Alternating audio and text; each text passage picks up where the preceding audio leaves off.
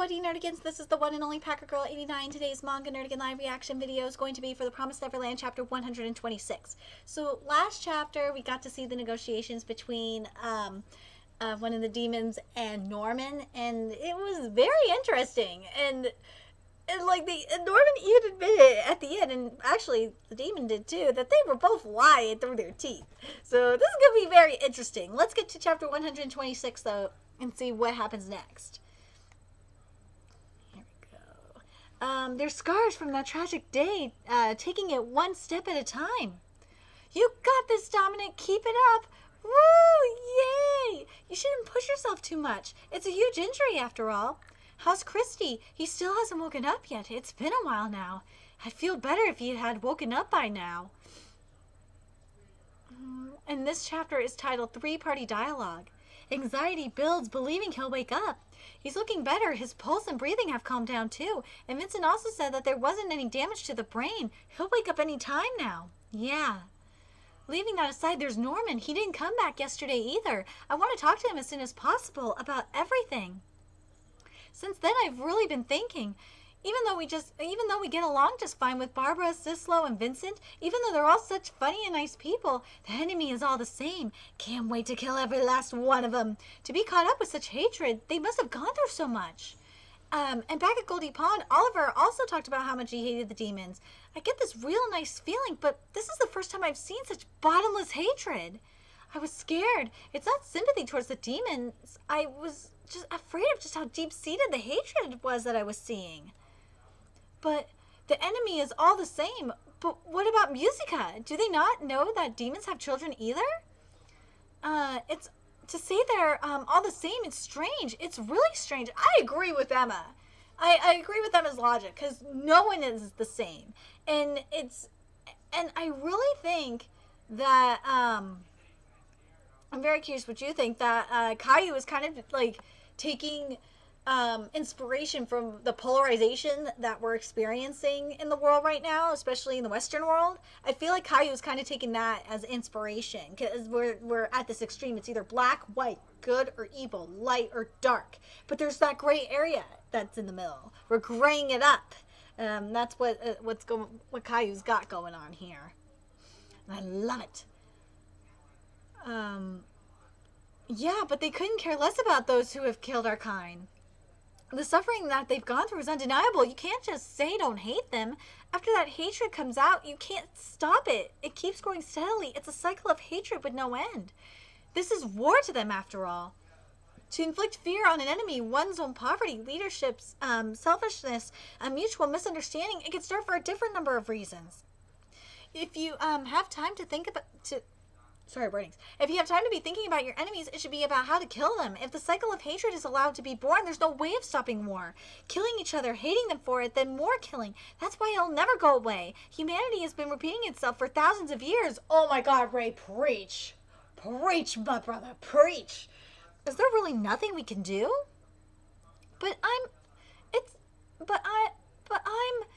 It's the boss. Ooh.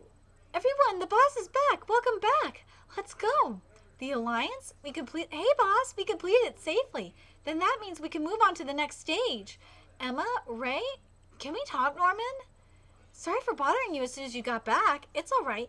You wanted to talk? Yeah, about a lot of things. But before that, I'd like to know, what kind of plan do you have? How will you exterminate the demons without losing a single person? Is it civil war? Whoa, Ray knows! He knows! I knew it!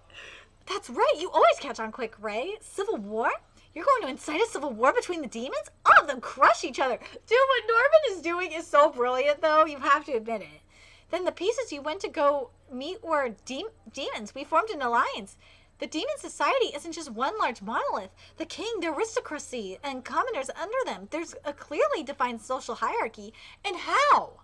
How would he know this? I'm telling you, this is all going according to Peter's plan. So you have the king, and then nobility. Well, we don't know who the king is. The nobility is like Bayan and Lewis. The commoners are the residents of the villages, and residents of the demon villages, and everything below is the wild demons. And among them specifically, there's the royal family and 5 region homes. Region homes? They're 5 noble families that possess influence second only to the royal family. Ah, the 5 noble demon families have joined hands, with the Rodri clan. They created Lambda, right? That royal family and its 5 region homes manage and operate all the plantations. They control the supply of human flesh and hold the balance of demon society in their palm. They take pride in their tremendous wealth and power. The disparity has been widening over these years for the royal family and region homes. The rest of the demons have started to harbor dissatisfaction, so let's use them to begin with at least. Any specifics? Who will you be working with? The Giran clan, their former nobility. 700 years ago, with their own plan, the royal family and regent homes falsely accused him of a crime, and his formerly royal clan fell to ruins.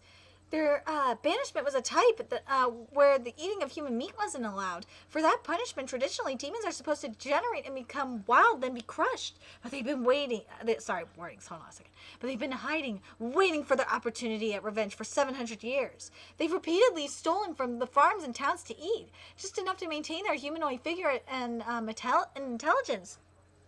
You found some, huh? Demons like those? Humans and demons. Sorry, worries. You found some, huh? Demons like those. Humans and demons. Will that be alright? Those guys, they're supposed to be the enemy. It'll work. Certainly there's a considerable risk here. As soon as we stop being valuable to them, they most likely plan to eat us. But that's the same for both of us. We're both aiming to destroy each other. This was the strategy from the beginning. It'll be okay. Until they fulfill their revenge, they won't reveal their hand. In addition to their strong obsession with taking revenge, they won't show their hand because they have another situation to deal with. Another situation to deal with?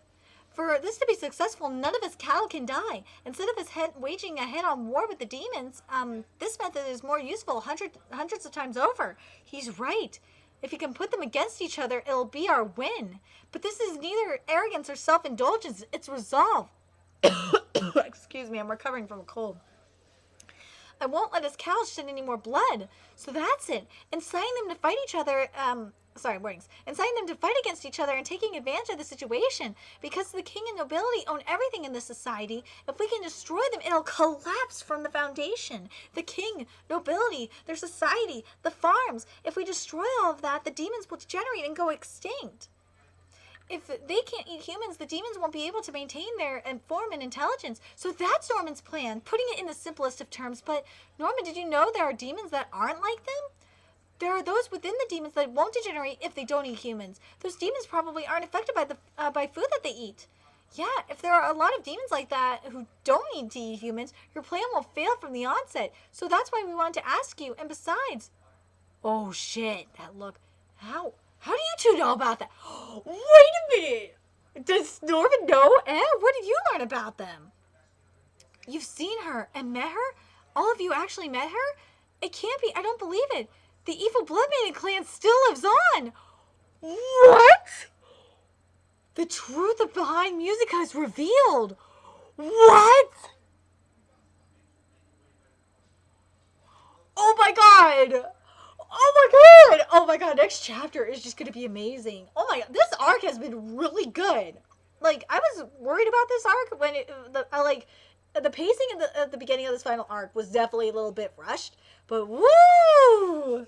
I'm ready to learn the truth about Musica, and maybe Musica isn't so innocent. But again, how does Norman know about this? How? How does he know all this? I'm telling you, this is Peter. This is all Peter's plan. I'm calling that shit now. Yes, I know Norman mentioned someone inside that helped him and helped him escape. But I'm telling you, Peter's the true puppet master. He's the true puppet master of this shit. Anyway, what do you think about what the evil Blood Maiden clan? What do you think about them? And actually, the evil Blood Maiden, maybe that's who is like that girl that Emma saw, or that demon girl that Emma saw. Maybe she's part of that. I'm very curious what you guys think. That she could be the head of it, and this would involve again going to the 7 walls, and maybe the 7 walls could be related to the 7 demon families. But we'll have to wait and see. But anyway, I'm very curious what you guys think. Let me know your thoughts in the comment section below. And remember to like, comment, share, and subscribe to Nerdigans Inc. If you love what I'm doing and want to help keep this channel alive so I can keep bringing you more Promised Neverland content, there's a few ways you can do that. You can donate to my PayPal, Patreon, GoFundMe, purchase something off my Amazon wishlist. All it's in the description box below. Also, make sure you follow me on Twitter, Twitch, Facebook, friend me on PlayStation Network. That's in the description box below as well. Till next time, Nerdigans, I will be seeing you later. Bye.